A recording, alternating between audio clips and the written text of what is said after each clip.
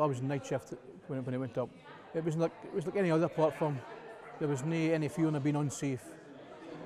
When the explosion came for a start, you knew straight away it was a big one. I got blown back 20 feet back of deck. Accommodation doors were off the hinges, ceilings were down, and everybody was going up. You couldn't get below the deck for the flames. It was like a frying pan.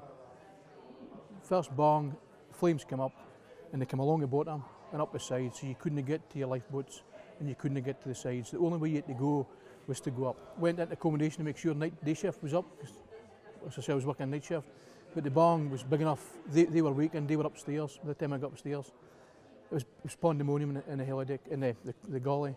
So I went onto the helideck. It was knee deep in smoke. From the helideck, I went back through the accommodation, back out onto the deck, and I was trapped on the deck for maybe short an hour before the derrick had collapsed.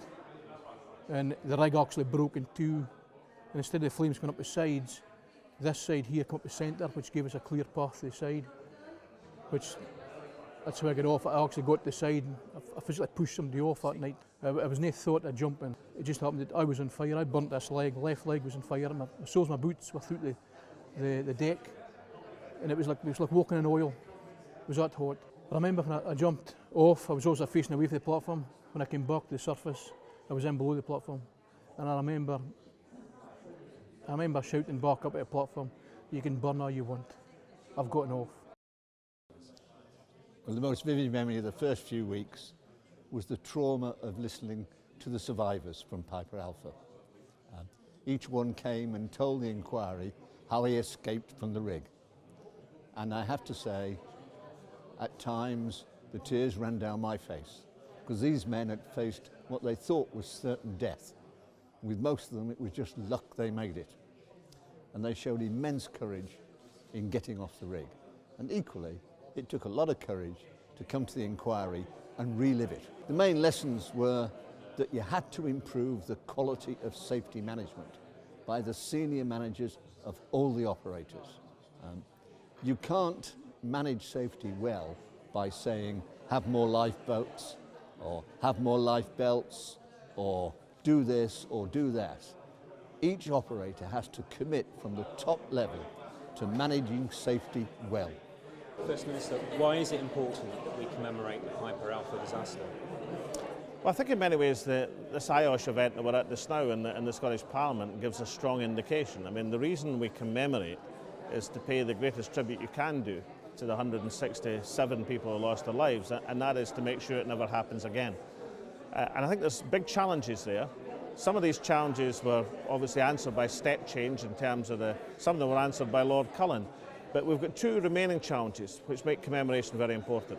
Firstly, we've got a new generation of workers in the North Sea. Many of them, perhaps, they know the permit to work system, the safety case system.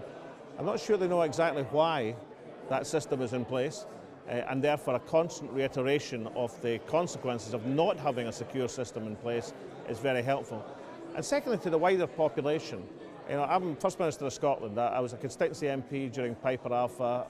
Some of my constituents died in the event. I'm not certain that the memory and the general public in Scotland, particularly the younger generation, kids at school, that they actually know what happened 25 years ago. And therefore we've got an obligation to remember and to remind that new generation. And the basis and purpose of this is to make sure, whether it's the safety code, whether it's the changes that were introduced in step change, whether it's the permit to work system, the safety case analysis, or whether it's awareness in general public, the purpose of this is to try and make sure that such a thing does not happen again. It's undoubtedly the case that we've moved on in the 25 years. The industry has made huge strides, working together with the enforcement regulator and the workforce to improve dramatically the health and safety performance of the oil and gas industry. Well, there's significant challenges. I mean, we have an aging infrastructure.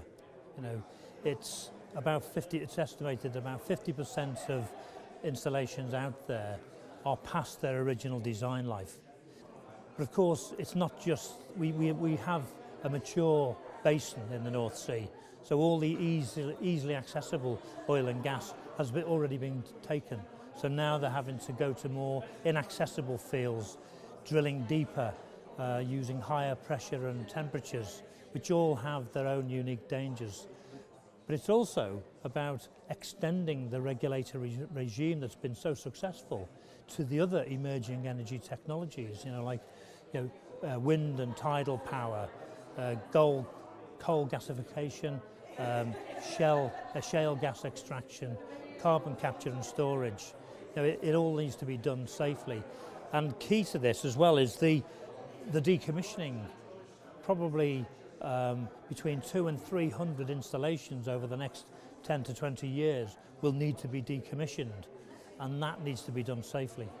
Well, we think it's absolutely vital that we commemorate this 25th anniversary of the Piper Alpha disaster, in which 167 people perished and countless others suffered quite physical and mental trauma as a result.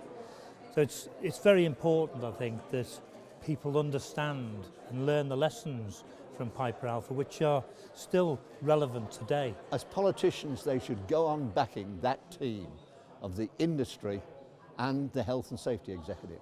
They've done a fantastic job over 25 years. They can cope with anything that's coming in the future. As a politician, just back them. I still think of Piper being yesterday. I thought it was 25 years ago. Piper was still yesterday. There's a generation growing up now. It's going to go offshore, not just the oil industry, the renewable energy, wind turbines, whatever. They've never heard of Piper. There's still the same issues with safety that was on Piper. There's a brand new industry, and it needs to be kept in the forefront that this could happen again. It doesn't matter how many millions and billions of pounds you spend in safety, it needs to be kept in everybody's mind that it's still there.